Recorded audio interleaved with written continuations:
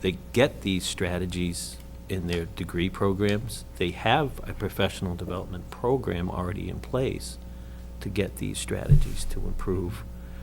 There's training available if they're willing to take advantage of it on their own time at times to develop these strategies and improvements.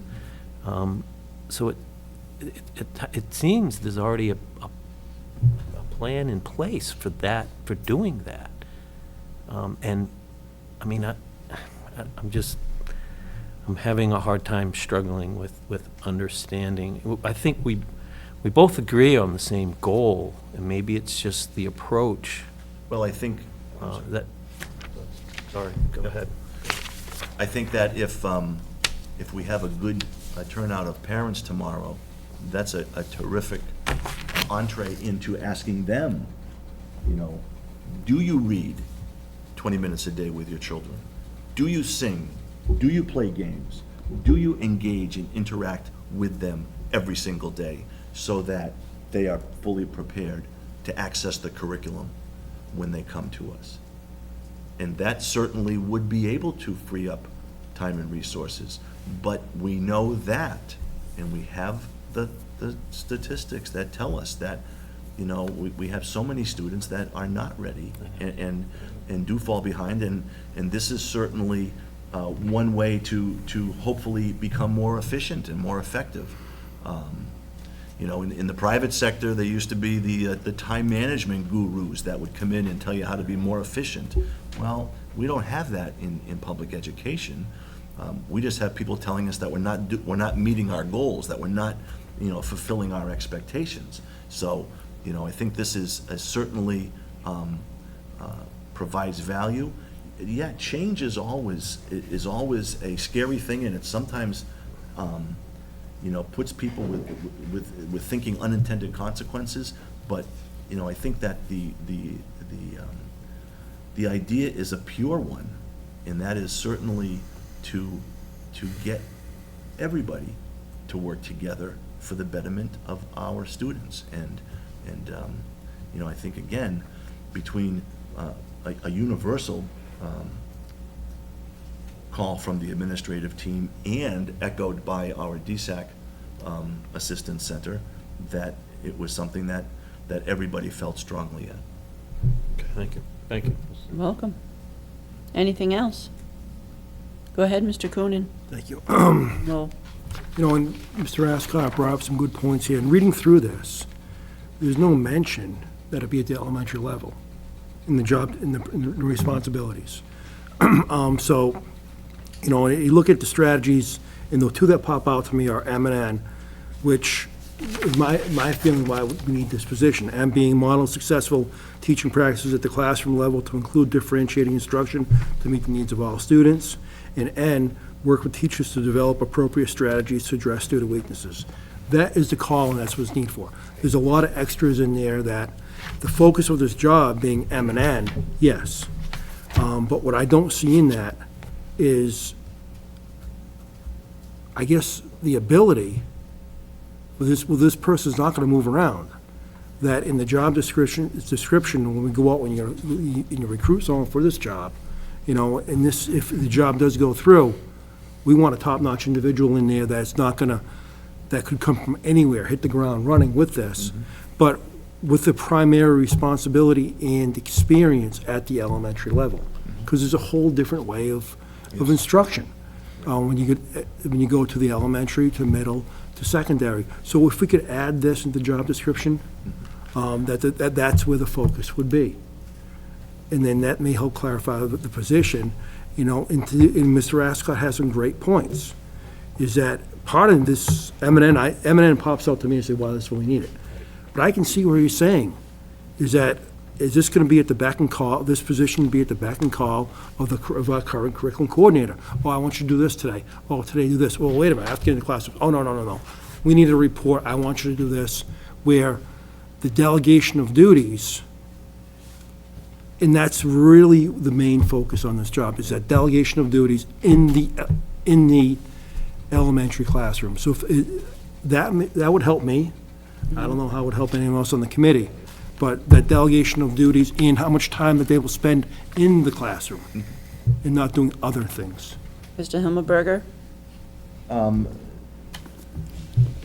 So we could certainly, I think, tighten up the responsibilities. We have an administrative council meeting tomorrow. I think we could narrow the focus. I think we could sharpen the strategies so that it is not perceived or has any indications that it is merely someone to assist, but that it has its own definition and its own area to provide the support that we need. That, And that's my opinion of it, and I can see where some committee members come out and say, wait a minute now. so let me email the committee tomorrow with the revision to see if that might make more sense. Right, go ahead, Mrs. Ravelli. For next year, are we expecting common planning time at all for grade level teachers in the elementary schools? We will have common prep time, Common prep? yes. And that is a very good start to allow for that interaction. And but with the other positions that are being under consideration right now, there still wouldn't be any common planning, it's just common prep. Common prep time, yes. Right, so is everyone all right with allowing the superintendent to come back with more information in regard to this via email? And then we'll discuss it at our next meeting?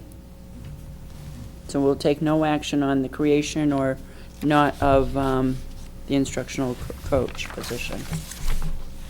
That will be on April 28th. Yes, sir. And just a quick point that Mr. Matthew had brought to my attention is that we would expect to Mrs. Ravelli's question about common planning, that we would be able to use our half-days next year.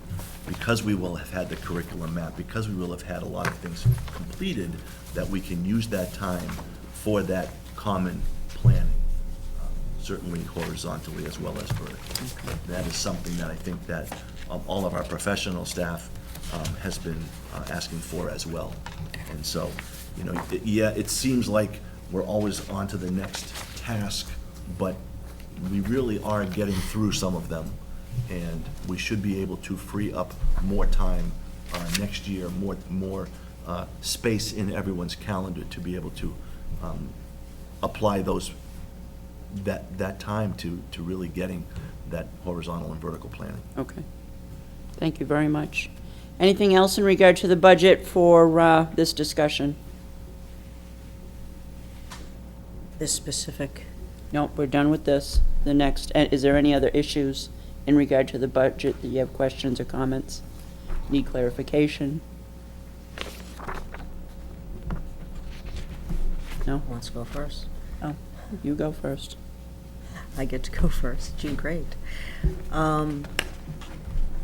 I know that we've discussed this a few times now, but the change in the number of instructional assistants and the change to a teacher assistant, I guess the hard part I have about this is that it seems to me this big, huge sweeping change, and we're not sure. What do we have, I guess? What sort of, support do we have that this is going to work? This is a major, major change that I'm really not comfortable with. And I'll say it up front, I'd be much more comfortable if we were looking to, maybe change a few of these positions, have a few TAs and see how that worked and how we fit into our day and where and what schools. But this just seems like poof. There goes 20 positions out the window, ooh, let's bring in 12 new ones, and it just seems like a lot. I don't know how else to say that. Mr. Himmelberger? I understand exactly what you mean, and I think that... That's scary. Well, we've worked together for a while now, Mrs. Ravelli, had conversation, and I do understand. There's a couple of factors in play here. One is that instructional assistants originally were intended to be hired as students required them. primarily through IEP. However, in not only Oxford, but in many districts, that position evolved into a continuous position. And again, not unique to Oxford, but in many districts, instructional aides, paraprofessionals were simply moved to another building if the need was no longer in the current building. And what happened here in Oxford over time, and certainly what has happened in many other districts, is that you have too many instructional aides, but they are very integral to the running of the buildings.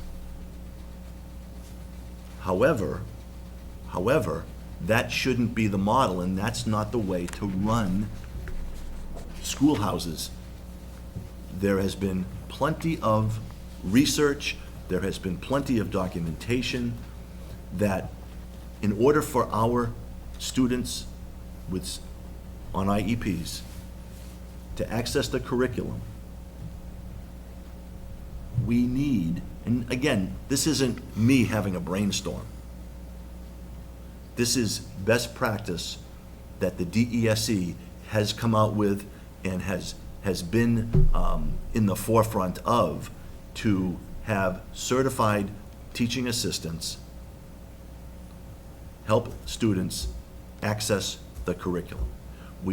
We take our neediest students with the most intricate challenges, and we put them with staff who don't have all of the training necessary. Now, on a personal level, it is not easy to lay people off. And it is not our intent to take dedicated employees and just turn their lives upside down. That's the human side of what we're trying to do. But at the end of the day, we have to be efficient with our dollars. We have to do the improvements that we see are necessary. You know, again, like last year, we will continue to allow folks that are laid off to maintain access to their OXPS email. We will continue to make sure that they understand jobs that are, and positions that do come up during the year, that they are more than welcome to and hopefully will apply to, whether it's a building sub or some other position within the district. We will continue to offer support via letters of recommendation or references, so that they could hopefully engage in another district nearby if those positions are available. And we still want to make sure, because we know we have some of them who are very close to certification. And we want to work with them to make sure that if their plan is to become certified, we want to know about it so that we can include them in our plans, because we are going to hire 12 more teaching assistants. It is no longer good enough to take the curriculum and just slow it down, and if we get through half of it, we're okay. That's no longer an option. Students on IEPs get a chance to fail, but they also need a chance to be successful. So we have to allow them access to the curriculum in such a way that we can cover the material with modifications so that they can perform at least at the state average on our standardized tests. It is imperative that we do that. And folks can disagree with the model, they can disagree with the approach, but we don't have the luxury of time on our side. We don't have the luxury of not reacting to what we know. And so the plan will be to work with everybody, as I did last year, and to make sure that we are focused on what the students need, not to build a program and move students into it. Better to understand what individual students' needs are and to make sure that we support them. I read a white paper back from some of the experts in the field that was dated 2008, and one that was 2005. This is not new. You know, the whole resource room model is no longer touted as the best way to move our students forward. Students on IEPs can gain as much by being included in the classroom and listening to the interactions within the classroom. And so the way for us to do that, yes, it takes a tremendous amount of change, and as humans, we are not comfortable with that kind of change, and especially that much uncertainty as we go forward. But we would be remiss if we didn't act upon the knowledge that we have to do that. And we will continue to support everybody, but it can no longer be thought of, and in public education, everybody really serves year to year, subject to appropriation.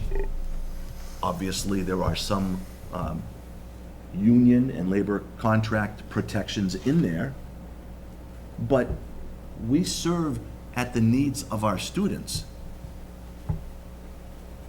And for us to try and jam a square peg into the round hole, that's no longer acceptable.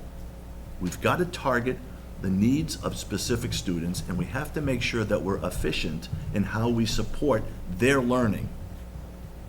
Just like we look at our students at the other end of the spectrum. They're all our students. We have to make sure that we do the best for everyone. And you can make the argument that it's those folks in the middle of the achievement spectrum that are the ones that truly get left behind. Because there's a lot of money and a lot of focus on students with special needs. And there's certainly as much focus on the students who operate at tremendously high achievement. But we tend to sometimes lose sight of the large majority of students in the middle that could go either way, and with a little bit of support or a little bit of encouragement can make the growth that they need. And it's not taking a D student to an A student, but it's taking a C student and getting them to love learning so much that more achievement comes naturally. And so that's the approach that we are taking, because we don't have the luxury of phasing it in or phasing folks out. And believe me, it doesn't give me a good feeling, but we have to correct and adjust for years and years and years. And this is no one's fault except for that's how school districts operated for many, many years. And so we are spending a tremendous amount of money, and the large majority of a school budget is salary, and we're not able to realize the gains that we need from those dollars. And that has nothing to do with the quality of the individual or how well they work at what they do. It has everything to do with making sure that we support every student to get them the growth that they need to be successful. And believe me, I know that it is challenging for everybody, but that's where we have to get to as quickly as we can. Mrs. Ravelli? Okay. Two things, because I think I have, I guess, a different understanding of this position. First of all, I could say that, yes, I'm working with you for the past 3 years. You don't take light of letting people go. I think that this is something you did think through. I don't think anybody here thinks that this was, willy-nilly, let's do this. I think you do take it seriously. But it sounds like this position, this TA position, what I'm hearing you say, correct me if I'm wrong, is that it's more like an inclusionary special education kind of teacher position rather than, so-and-so's on an IEP and needs a one-on-one. I don't know how else to say that. That's my lingo. And I think Change that- my lingo. Yeah, Is- no, is I think that that definition is not a one-size-fits-all, but it's one way to look at it. Students who are on, that need a one-to-one typically need that one-to-one for other things Right, than just learning.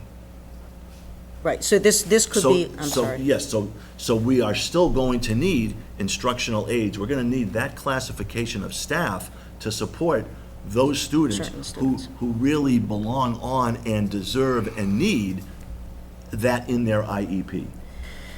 But we don't need as many as we have, and we do need to swap out for certified teachers to be able to grab the curriculum and get our students who are on IEPs to move forward. But, if I may, the TAs, I see it then as more of, correct me if I'm wrong, more of, again, inclusionary, a teacher to help have a child who maybe isn't in an inclusion classroom, to be in an inclusion classroom. And it may not be a one-on-one, it may be a 1-to-2, it may be a 1-to-4, maybe a small group within a regular ed classroom, and this person is trying to support and adapt the curriculum, which in many systems, it is one special education teacher having to do that for 35 kids, which, yes, I can attest to, doesn't look real pretty in the, it's hard to do. So is that, am I getting a better picture? That's a better picture. I wish I had Mrs. Susan here, but. I'll go and ask her for her picture too. I'm sure but she'll she give me will be here 45 tomorrow. minutes of The administrative what team that will is. will be here tomorrow. But you I know. think you're right. I mean, and it's. So, go ahead, I'm sorry. And it's not done with anything but our students' best objectives at heart. And it is a different way, it's a different change, it's a different way of delivering the instruction and raising that level that we need so that students on IEPs can access not just a third of the curriculum Right. or two-thirds of the curriculum, but they can access all of it, because that's what we owe them. That's what the 15 laws and mandates that have been coming at us fast and furious require. And so, in terms of the need to try and space it out, we're gonna work with everybody that we lay off. We are going to not simply abandon them and say, have a nice time filing unemployment. No, there are several that may be able to be certified soon, that we would expect, hopefully would apply. We have some that may be able to transition to other positions. There are some who may still want to do that, and we'll put together a listing from other districts where there might be positions available, so that we can do whatever we can for folks who have given a lot of time and energy to our students in the past. Go ahead. So, last comment. So I have a better understanding of what the purpose is of this position. I can still say, though, I am a bit uncomfortable with seeing so much of a change, but I also understand that there's not much I can do about that, except for have at least some discussion about it and understand it better.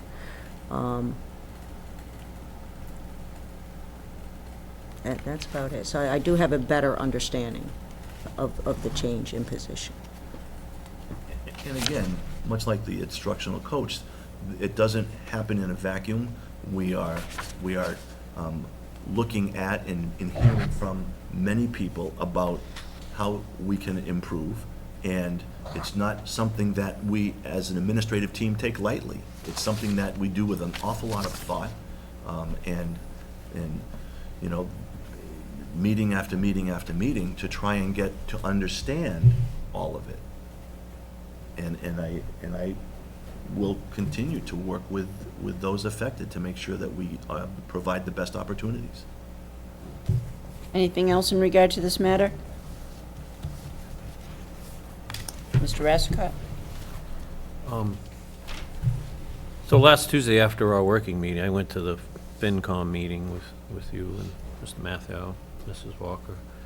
And they asked me at the FinCom meeting if I agreed with the budget that we were proposing for FY15. And I told the FinCom that I agreed with 95% of this budget. And they didn't ask for the details, and if they did, I would have told them. And the two details that I have that I'm still not convinced with are the instructional coach, and we've discussed that already, and such a drastic change for a co-teaching model. If to go from half of our IA positions to 12 TAs, I still am trying to understand the model, and that's just my lack of knowledge of the subject matter, I guess, and I'm still doing my own research to try to find the data that I hear is out there that shows this is the model of the future, and this is working better and it's more cost effective. I only know of one bad data point of it, and if I can say so, it came from Mrs. Ravelli in Webster, and they tried the model and had to switch back to the other approach.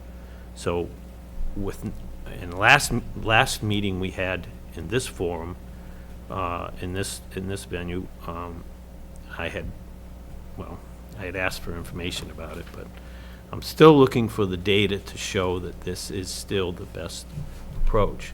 I'm still trying to understand the details of what happens in a classroom on a day-to-day basis, and that's up to me to go and ask in the schools and visit the schools. But if we have 3 or 4 children with an IEP in a classroom, and right now we might have a teacher and two IAs, I don't know, maybe 3 if they're all one-on-one, and now we're going to go a teacher with 1 TA in that classroom for multiple kids that have IEPs. Are those we say, and you say, and I agree, that we need to provide individualized instruction as much as possible to improve these kids' education. By stepping back and having less support in the classroom, by less numbers of teachers in the classroom, people in the classroom, how are we providing that individual instruction? And I understand that IA is not a certified teacher and can't take over the classroom and run the curriculum, but it seems almost, I don't know, a contradiction that we're saying we want to provide as much individual instruction to the kids to improve their education, but yet we're stepping back with less people now in the classroom for that support. And maybe I need to understand how that works better. Will this TA stay in one classroom with 1 teacher throughout the day? Or will this TA move with specific kids that need this extra instruction? The logistics, I guess I have a lot to learn on this, because overall, and I'll let you answer, I'm sorry, and this is all I have to say about it, is if this is the way we decide we feel we should go as a district, I think it's too quick of a change, too much of a change, too fast. That there could be a more gradual model introduced where we take it on over a couple of years and see how it works. And we offer to the people that are instructional aides now in the district the chance to say, hey, we are considering moving into this model. If you are close or have a desire to become a certified teacher and would like to stay in the district and get certified and move into one of these TA positions and compete for one of these TA positions, then here's your chance. We're moving forward. But to say, we're cutting half of you now and that's it, we're making the change. And I'm coming from an unknowledgeable position, but I'm not so sure we truly understand what this model change is going to do for the district yet. Mr. Himmelberger? Sorry. Again, for new to the committee, Mr. Rassakok makes a lot of great points. So belies his youthful inexperience on the committee. He certainly has a grasp on education. far beyond his service time. Again, I didn't mean to say individualized instruction. I did not say that. I said what we need to do is make sure that we have gone through every one of our students who has an IEP. We've looked at where students are that are coming to us in early intervention and from Head Start.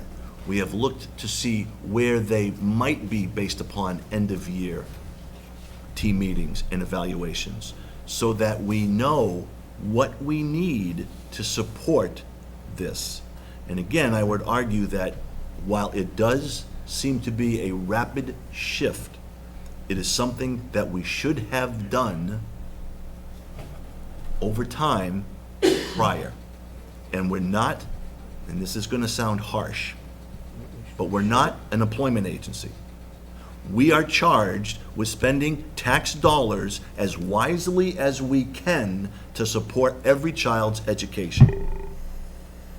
And that's what we are tasked to do. And I will repeat what I said earlier, that we will make sure that we work with everybody, so that, to your point, Mr. Rassicot, if someone is anticipating becoming certified, that we'll make sure that we work with them. And we will continue to support those folks as well. But it is something that has been around for several years now, that pulling out students or putting them with a one-on-one aide is not providing the best access to their educational improvement. And I will have Mrs. Susan provide the data points. I asked for. Yes, but I understand that the sea change, the rapid shift, leaves a bit of a choppy wake. I get that. But at the end of the day, we are having to compensate quickly for a lack of understanding that has grown over time. And that is why we are where we are. But we know where every student is, we project where they will be, we understand what their legal pieces are that are required on the IEP and on the grids for service, and we get that. And it is our goal not to just meet the minimum, but it is our goal to give every student the best we can. So, and again, I'm gonna have Mrs. Susan grab the data points for you. We will all be here tomorrow night, and certainly on the 28th for the public hearing. And I certainly appreciate the committee's concern for some of these initiatives that seem rapid. However, you charge the administrative team with leading the district. And this is a collective effort. It's not my singular vision for what we should be doing. This is a group of hardworking and very dedicated, very talented folks who have had some disagreements within our own group as to where we want to go, how quickly we need to be there, how best to implement this, and I firmly endorse it. I feel that it is going to cause some upheaval in people's lives, and I understand that. And I'm going to try and do everything that I can to minimize that, to make sure that we provide opportunities for folks. And I know that we will be able to offer positions of similar or better salaries to some of these folks. Thank you. And we have a very hardworking school committee. That is why these questions are coming up, because as we all know, the budget, we own it. You present it to us and give our recommendations to us, but it is our 100% responsibility. Mr. Coonan? Thank you, Mrs. Ennis. Ms. Ennis, may I ask, for all future budget meetings, that every single member of the administrative team is here. Mr. Rassicot has asked questions. There's no one here to answer the questions. I understand they'll be here tomorrow night. I had questions earlier. The person's not there. Mr. Wells has come forth through the door here, the only member of the team here. We were talking about budget, and you talk about these administrative team and the decisions that are made. As a committee, it's our charge with the budget, and the information is coming from Mr. Matthew and Mr. Himmelberger through meetings. Well, there's other input that goes to us, especially with this budget where we got it so late. It seems like we're under the gun, and we're kicking things around at meetings, and even our working meetings, our next working meeting, I like every single member of that team there. Sure. When we have questions, we've got to get this budget delivered. We don't know what's going to happen between the FinCom and the town meeting floor, is that the pressure is coming down. Our window is closing rapidly. So, Mrs. Ennis, could we have them? Absolutely. Next meeting, thank you. We'll make That's all. sure of it. Yep, absolutely. Okay. All right. Any more conversation in regard to the budget or any concerns or questions that you'd want to address? That's it for now? Okay. Very good. Thank you, everybody. I think that there's one thing we can say about it. The town can see that we work very hard, and so do the school department see that we work very hard in making sure that we're doing the best we can with this budget. Next on the agenda is the discussion of Schedule 19. Mr. Matthew, I believe? Yes, thank you very much. Thank you. In your packets was a memo, as well as a copy of the newly proposed or updated Schedule 19 agreement. Essentially, the Schedule 19 agreement are the town expenses on behalf of the school. Those are monies that are budgeted on the town side, but count against our required school spending. Those sorts of costs are health insurance for school employees, retirement for school employees, the administrative cost of town hall, the DPW plowing of the grounds and sweeping of the grounds here. The agreement was originally entered into in 1993, I think, with the creation of Ed Reform, and has not been updated since. The finance director has brought forward an updated plan here that will rely more on prior year expenses rather than prorating expenses based on a percentage that nobody really has a handle on where it initially came from. And I think that's a wise move for the committee. One of the big changes is in using the statewide per pupil cost for administrative costs, rather than everything that was factored in there before. That's a significant change and a significant savings or reduction in the Schedule 19 costs. One of the other pieces of the Schedule 19 is the facilities and maintenance. We have a shared department with the town for preventative maintenance, and that obviously is in here as well. The school committee and Board of Selectmen need to both agree on any changes to this, and those changes need to be officially voted and forwarded on to the Commissioner of the Department of Elementary and Secondary Education. So I know the committee, just saw this in their packets. Maybe at the next meeting, you'd be okay with voting this? Sure. Give you some time to look at it, develop some questions, either before the meeting or during the meeting, and but we will be looking for a vote to approve. We see the health insurance is almost at $3 million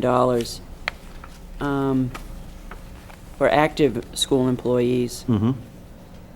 Is the town, are we discussing anything, any changes in the health insurance? That's For a the- huge dollar. For the upcoming year, there's no planned increase in the health insurance costs. How about a way to decrease it? That certainly has been a topic of conversation, a pet peeve, if you will, of mine. I know that many districts have realized, municipalities as well as school districts have realized savings. They're entering into a JPA, a joint purchase agreement. Although as the ramifications of Obamacare kind of ripple through the insurance industry, that's why we've seen, I think, 0% increases the last couple of years. It would not surprise me to see a significant increase next year. and that may be the driving factor to spurring some of those other discussions. Unfortunately, some of the JPA models that have been out there, that have been very successful for decades, are no longer quite as successful. I know the group that I used to belong with are having very serious discussions about whether or not they can continue, or whether or not they need to go to the state plan. You know, so this is an area that, you know, we're fortunate to have a 0% increase for next year. I know it's on everybody's radar as a rather large expense, you know, both from the town side and the school side, and there will be further discussions that happen. Well, we had discussion how many years ago? I'm going to say maybe, 6, when we went to 75-25, if not longer, and everybody's still at the town level, correct? In contribution? Believe so. Okay. The GIC, we had talked about that quite a bit at one point. Is that something that's not being considered, or? Well, I think for next year, because we do have a 0% increase, the default is status quo. Oh. But I think as we have planned increase, or known increases ahead of time, and that obviously is part of the Town Insurance Advisory Committee's role, I think, my guess is that they will start to lean towards looking at other solutions. Okay. All right. Thank you. Any questions in regard to this, or you want to wait until the next meeting, 28th? And this will have to be voted, so we will keep this on the agenda for the 28th. Thank you. Thank you. The SWCEC third quarter report, Mr. Himmelberger. Thank you, Mrs. Ennis. Again, by the new regulations that were enacted around the Merrimack Valley impropriety, all collaboratives across the state are required to furnish quarterly reports to the member school committees. It is certainly nothing that is requiring a vote. It is information for the committee, and again, I know most everyone just received this recently, but if you do look through it and do have questions, certainly myself or the director of the collaborative can answer specific questions, but it is for information only. Thank you. Next on our agenda is the preparation for the community forum tomorrow evening. I saw my phone did go off with the all call at about 6 o'clock. I don't know what it said, but I'm sure it was accurate in its information and content. We will be in the cafeteria tomorrow for 6 o'clock. Mr. Himmelberger or Mr. Matthew, do you want to tell us about the boards that will be up around the cafeteria with the frequently asked questions? I wanted to give credit to Mr. Matthew for coming up with the idea and for helping all of us to keep track of our input on answering some of the frequently asked questions. We're going to have them on larger boards to be around the cafeteria for everyone to look at and to hopefully answer some questions. I have asked Public Safety to be there at 6, so Chief Bemis, I believe, will be coming to represent OFD, and Chief Hassett will send, I think, Sergeant Grenett, I Okay. believe, if he can't make it. They did have an event scheduled for tomorrow, but he's pretty sure he can get a representative to be here for the discussion on school safety at 6 o'clock. Okay. And then certainly I would let Mr. Matthew describe maybe in detail, but the attempt was to look at budget both from a state viewpoint and how it impacts local budget. And again, school finance is not for everyone. That's for sure. Matthew and I are the only two that really like to sit and just debate the merits of the latest laws surrounding school finance. Yeah, you have fun with that. But Yeah, you guys, that's fine, go right ahead. but at least You can do that. The community can rest assured that we know it well. Yes. And but I think kudos to Mr. Matthew and the administrative team for working on these frequently asked questions that the community can take a look at, and hopefully that will stimulate some of the discussion for tomorrow. And I certainly applaud the committee and Mrs. Ennis for organizing it. I think it's a great idea.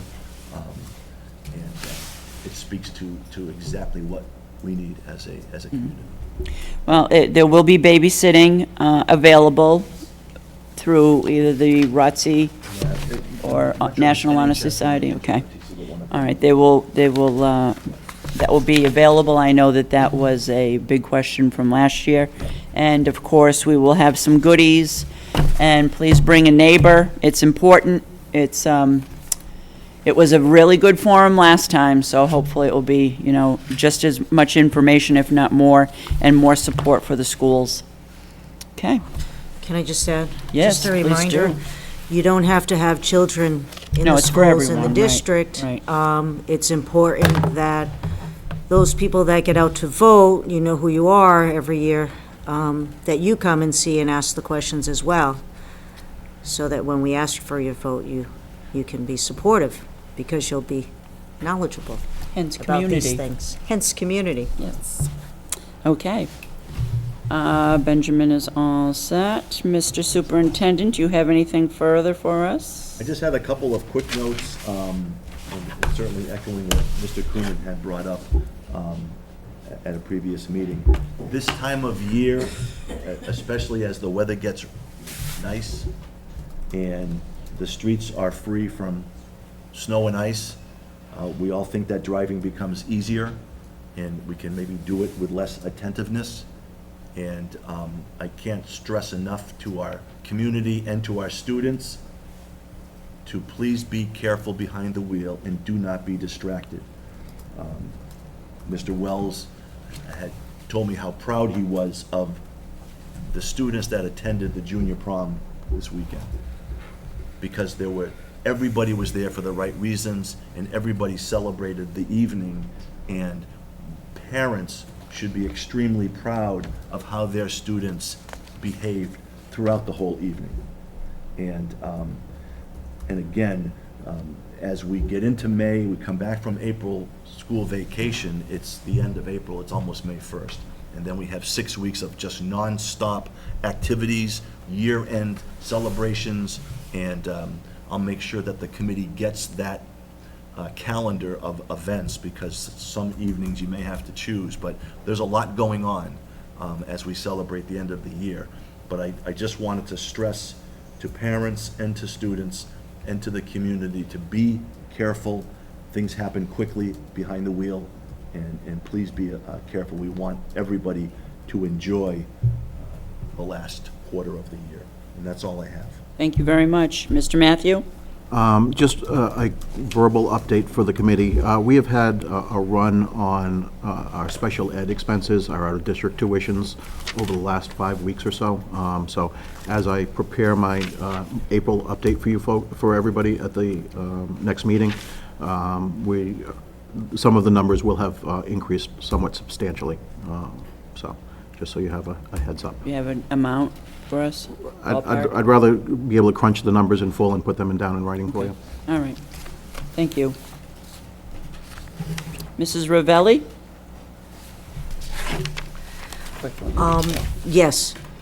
I'm just, I would just like, yes, I'll be quick, I'll be I'm quick. just kidding. But I really don't know how to say this name, so I'm going to just say, whoever has seen the MCAS song by Mr., is it Doig? Is that what it is?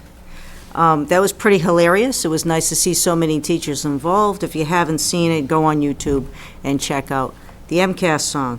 Mrs. Hodgeny, I do believe, stole the show with her little pirouettes. But she's one of my favorites anyway. So, and a thank you to our own Mr. Rassicot here for the crime lab. I think Webster Times this week could have just been the Oxford School Times, because there were so many stories in it, and it was nice to see. It was nice to see. So I hope they caught is it the dog something or other? Did they catch him? Did they figure it out? Not yet? TBD, we got one. Oh, The last one's tomorrow, Sequel. so Oh, we can't okay. reveal who we can't reveal. the culprit is yet. No, I wouldn't want you to do that. Okay, and I have nothing else. Thank you. Mrs. Walker, excuse me.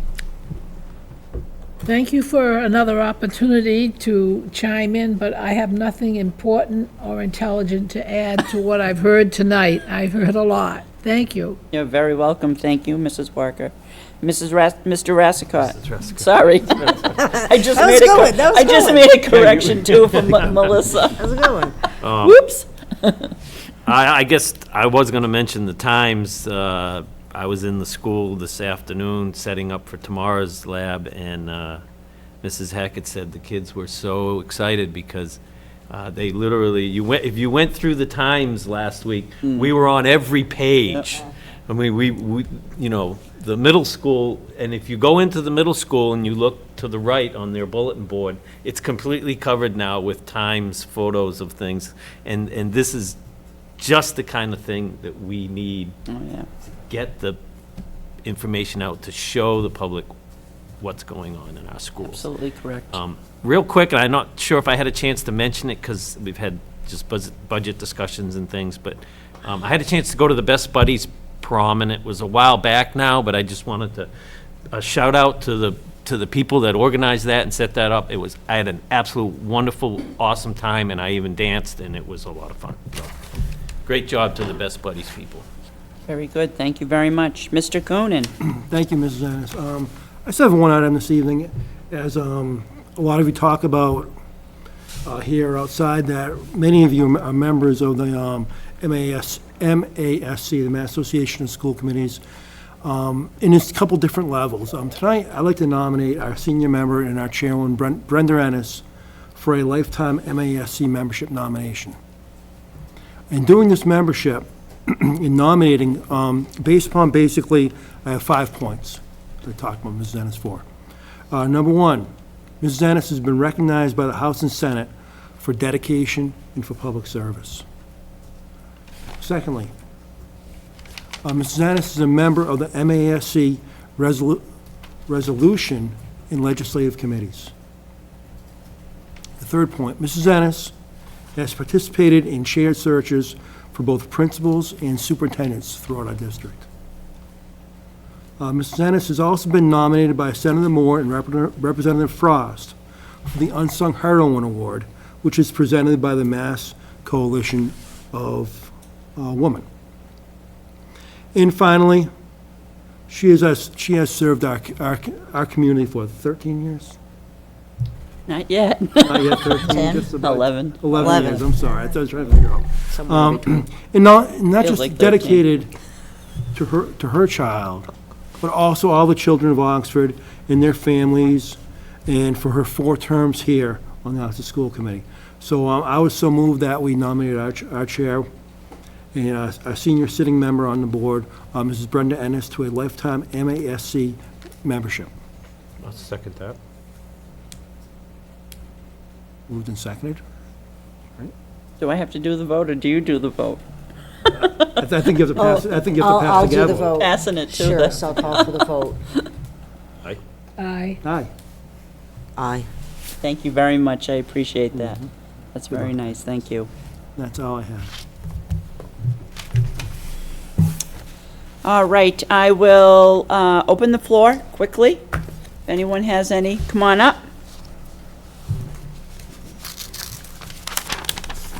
If you could just tell us your names. Have a seat, ladies. I don't know who wants to go first. I'll go first. Okay, My name is Linda St. John. I'm a teacher in the functional academics class at Oxford Middle School. okay. I want to respectfully disagree with Mr. Himmelberger and his comments about the instructional aids and their importance. For more than 50 years, paraprofessionals have provided essential support for students with disabilities and students in the mid-range classroom. Today's paraprofessionals, whose number is upwards of 250,000 nationwide, play an increasingly prominent role in meeting the needs of our students with disabilities, needs that the classroom teacher or a teaching assistant does not provide. They change diapers, manage feeding tubes, monitor seizure activity, model socially appropriate behaviors, provide a high ratio of reinforcement, give tremendous support and encouragement, independence, and help those who are integrated so they can feel most successful with their typical peers. The typical special education paraprofessional is a 44-year-old female who works in a regular education elementary or secondary school. She has 6.5 years of experience in special education and 7.9 as a paraprofessional overall.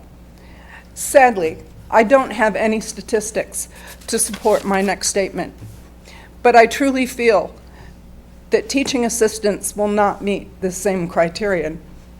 As a degreed and certified teacher, their focus undeniably will be on finding and accepting a full-time position with their own classroom. The length of time this person may end up staying in any classroom may mirror what the middle school experienced at the beginning of this year, losing 3 teaching assistants to full-time classrooms in the first 3 months of school. How is this lack of continuity beneficial to our students? Nationwide, the majority of special education paraprofessionals spend at least 10% of their time on each of the following activities: modifying materials, implementing behavior plans, providing small group supports, monitoring hallways and study halls, meeting with teachers and collecting data on students, and providing personal care assistance. They bring to their job a range of pre-service educational experiences. 29% have high school diplomas. 38% have some college experience. Approximately 13% have a paraprofessional certificate or credential, and another 6% have a teaching certificate or a license.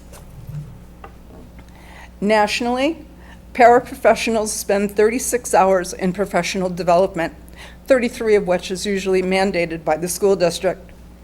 In the past 3 years, 76% of the paraprofessionals received training in teaching academic concepts and skills.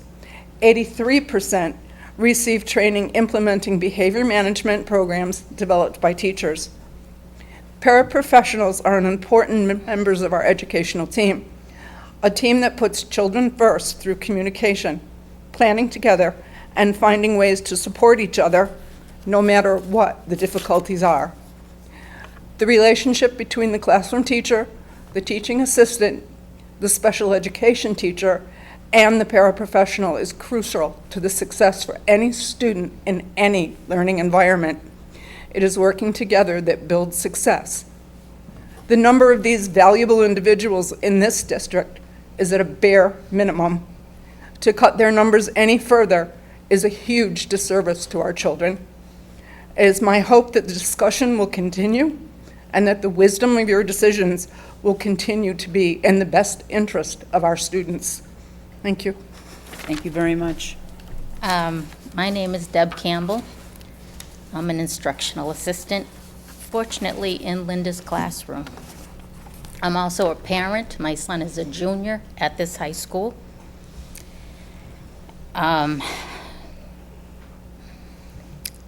Who will hopefully be going off to college without me having a job. Just because I'm fighting for my job here, I'm also a veteran. I'll throw that in. This is my 6th year at the middle school.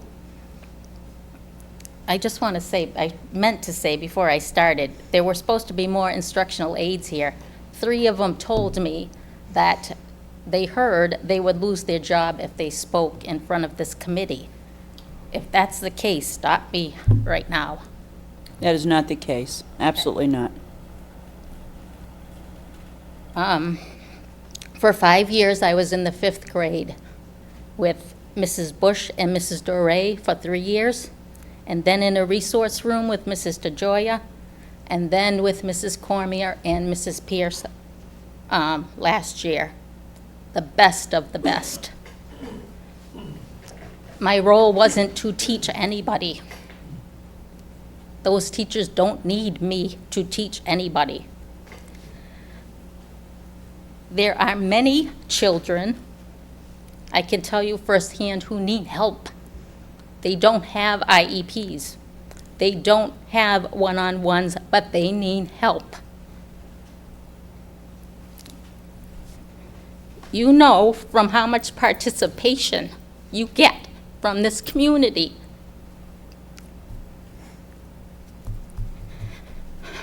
Take your time, Deb. That we are the lifeline for many of those children. I had something prepared, like Linda, but last night at about 11 o'clock, I said, geez, I better go to the DESE website and see what they're talking about. And I found the advisory on why paraprofessionals aren't vital. So I kind of threw that out and figured I can't fight the DESE for my job. So I'm going to talk about the kids. Like Linda, that was my first point, is that the TAs we've lost at the middle school this year to other jobs. They went to school to be teachers. You can't blame them. As soon as they get a hook somewhere, they're going to go. And then you're going to post that job for 5 days internally and then post it outside. Who's teaching those kids during that span?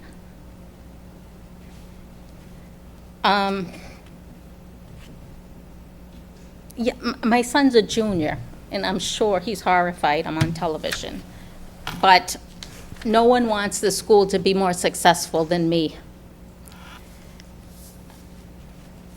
So let's go into our role. The instructional assistants are the front line for bullying in our school. Last year, when we had more aides, we changed classes with the kids. We were in the halls all the time. We were in the stairwells changing classes all the time. I know kids, I could name 30 kids in grades 6 through 12. And when someone's being bullied, if you can call, hey, Johnny, they stop like that because you know their name. You think those TAs, not that the TAs, they have a teaching degree, but do you think they're going to be able to do that? Or do you think they're going to be familiar and know the kids to be able to do that? Who's in the hall now? We have 5 aides at the middle school, and Ms. Dudek and I are in life skills. Who is in the halls now? The teachers are certainly in their doorway where they're supposed to be doing their duty, but if something happens 10 feet down, they've got kids in the classroom. Who's in the hallway? And then when you cut 19 or 20 more of us, all I'm saying is there is a role for us in school. It's not to be teaching anybody. It's to be helping the kids that need help, and there's plenty of them. We have 2 guidance counselors for how many kids? Do you think everyone gets in to see the guidance counselor that needs to? They don't. They need a grandmother type, or they need Ms. Dudek has a degree in speech therapy, working as an aide. You're getting a bargain. We love these kids. We love them. And nobody within earshot of me is going to be bullied in that school.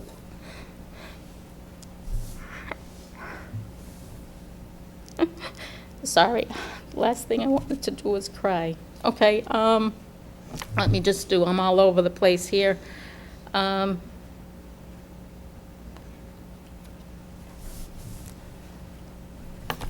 you can have all, with great respect, I'm not trying to embarrass anyone, but you can have all the data points and the test scores that you want. But I'm the one that has to look into the eyes of those kids and say, I know the aide you just had last year left, but guess what? I'm gone too. It took me, Linda, opened her room to Ms. Dudek and I. She had a good relationship with the prior instructional aide she worked with, but we worked together great as a team. Children on the autism spectrum have difficulty with change.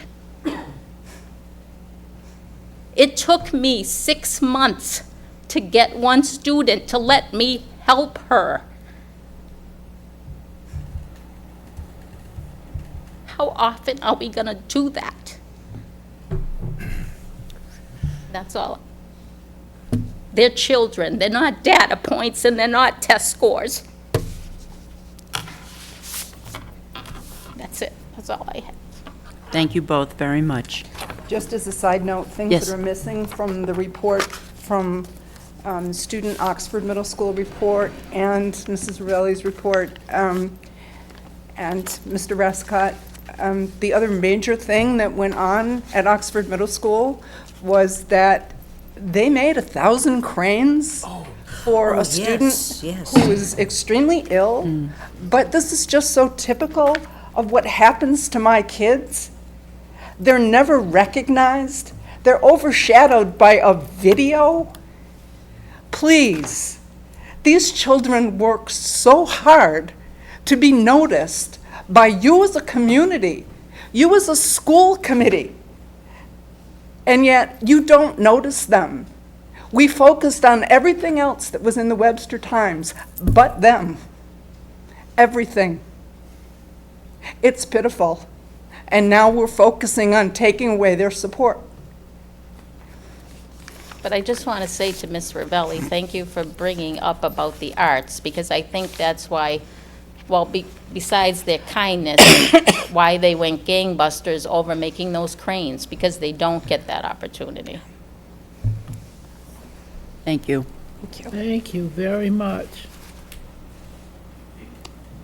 Okay, I am going to make a motion that Mr. Himmelberger take the TA and the IA situation back to his administrative council, discuss it fully, come back to us on the 28th. I also, before the 28th, as we said, we'll have all the administrators here. I would like a report from Mrs. Susan about, by Mrs. Daly about the co-teaching model that they're going to be putting in place. I don't know if it's with Mrs. Susan, if it's a joint effort. Susan? Okay, is it her or is it both of them? Well, it's primarily Mrs. Susan, but it's the administrative team. Okay. I think we need to hear from them in light of hearing from two aides this evening, our own concerns also that we have. I really want a lot more information in regard to this change that is proposed. So if we could do that, I would appreciate that for the 28th. Certainly. And please make sure that they have a full, detailed follow-along for us to have in our packets before the meeting, so we have time to absorb it. And if we have any questions, we can contact you. I thank you both very much for coming in and speaking for your students. You can tell your colleagues, as long as I'm chair, nobody is going to lose their job when they come here to speak to this committee, ever. Not when I'm chair. Now, I don't know why they wouldn't come, but I don't do that, and I know that no one on this committee would ever jeopardize anyone in that way because they wanted to speak out on behalf of the children. So please take that back to them. That's just not true. It wouldn't happen. So, but thank you again, and we will now, I need a motion to go into executive session, even though it is not on our agenda. The purpose is to discuss a matter that has presented itself to us in regard to the superintendent's contract. This matter came to us after the posting of this agenda. Could I have a motion, please? Thank you. A second? Thank you. Mr. Coonan? Yes. Mr. Rescott? Yes. Mrs. Walker? Yes? Mrs. Ravelli? Yes. And I also say yes. We are now in executive session. I'm going to ask to clear the room.